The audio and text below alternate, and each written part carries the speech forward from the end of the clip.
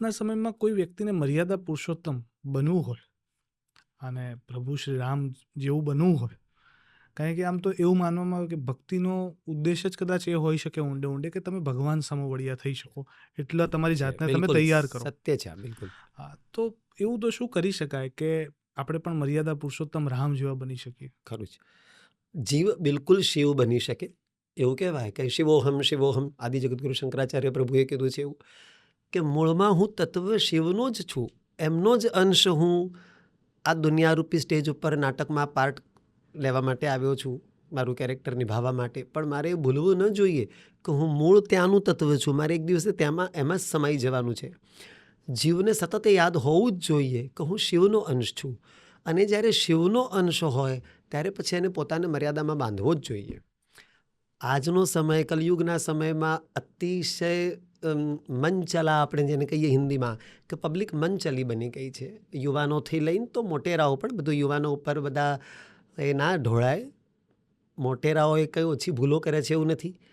અમારા માર્ગમાં પણ આ ઘણી બધી વખતે દેખાય આ બધી વસ્તુઓ કે આ બધા વસ્તુની કોઈ જ આવશ્યકતા નથી. જ્યારે તમે બધું જ છોડી બેઠા છો ત્યારે આ બધું કરવાની ક્યાં જરૂર છે? તમે સંતના લેવલે કદાચ જો તમે બહુ ખ્યાતિ પ્રાપ્ત કરી ચૂક્યા છો, જ્યારે હજારો લાખોની તાદાદમાં લોકો તમને ફોલો કરતા હોય, તમારું અનુસરણ કરતા હોય, તમારી કથાઓ સાંભળતા હોય, પોતાનું આખું જીવન નવયુવાનીઓ તમને જોઈ જોઈને બિચારાઓ હાથમાં માળાઓ લઈને જપતા થઈ ગયા હોય, તિલક કરતા થઈ ગયા હોય, મંદિરોમાં જતા થઈ ગયા હોય, અને એવા સમયે તમે પોતાના લગ્નના ખર્ચાઓ ભપકાદાર કરો અને પછી એનાથી પબ્લિકને તમે, આ યોગ્ય નથી. હું માનું છું આમાં ક્યાંય મર્યાદા નથી. તમે ભક્તિ માર્ગ ઉપર છો, ભક્તિ માર્ગમાં ક્યાંય દેખાડો ના હોવો જોઈએ. જેટલી સાદગી પરમાત્માને પસંદ આવે એટલું બીજી કોઈ જ તત્વ પ્રભુને ગમે નહીં. અને જ્યારે તમારો માર્ગ જ પ્રભુનો છે, તો જ્યાં માર્ગ તમારો પ્રભુનો, તો ત્યાં બધા દેખાડાઓની ક્યાં જરૂર છે? મોંઘા મોંઘી હોટલો રાખો, તમે મોંઘા મોંઘા પોતાના લગ્નોના ખર્ચાઓ કરો, તમે દુનિયાને શું બતાવવા ઈચ્છો છો? તો પછી આ મર્યાદા ક્યાંથી આવી? મર્યાદાનો મતલબ માત્ર ચારિત્રની દૃષ્ટિએ ના હોય. નવી પ્રજાને આપણે કહીએ કે ભાઈ ચરિત્રહીનતા વધી રહી છે કે XYZ છે, પણ મર્યાદા ફક્ત ચરિત્રની બાબતમાં ના હોય. તમારા જીવનના દરેક પાસાની અંદર પ્રભુ શ્રી રામ મર્યાદા ખાતર જ પોતાની પત્નીનો ત્યાગ પણ કરી શક્યા કે નહીં? મર્યાદા છે. હું એક રાજા છું તો મારી મર્યાદા મારે નિભાવવી જ જોઈએ, કારણ કે હું પબ્લિક પ્રોપર્ટી છું. આજે મારા પિતાએ મારી ઉપર આખી જવાબદારી નાખી, મને આખા આ સમાજનો એક અધિપતિ તરીકે મને સ્થાપિત કર્યો, તો એની પાછળનું કારણ એ છે કે હું આન્સર આપવા માટે બંધાયેલો છું.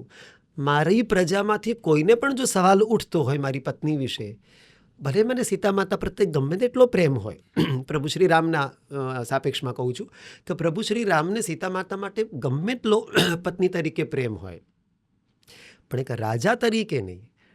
કારણ કે ત્યાં હું પબ્લિક જોડે બંધાયેલો છું અને ત્યાં પછી મારે એનો ત્યાગ કરવાની તૈયારી હોવી જ જોઈએ.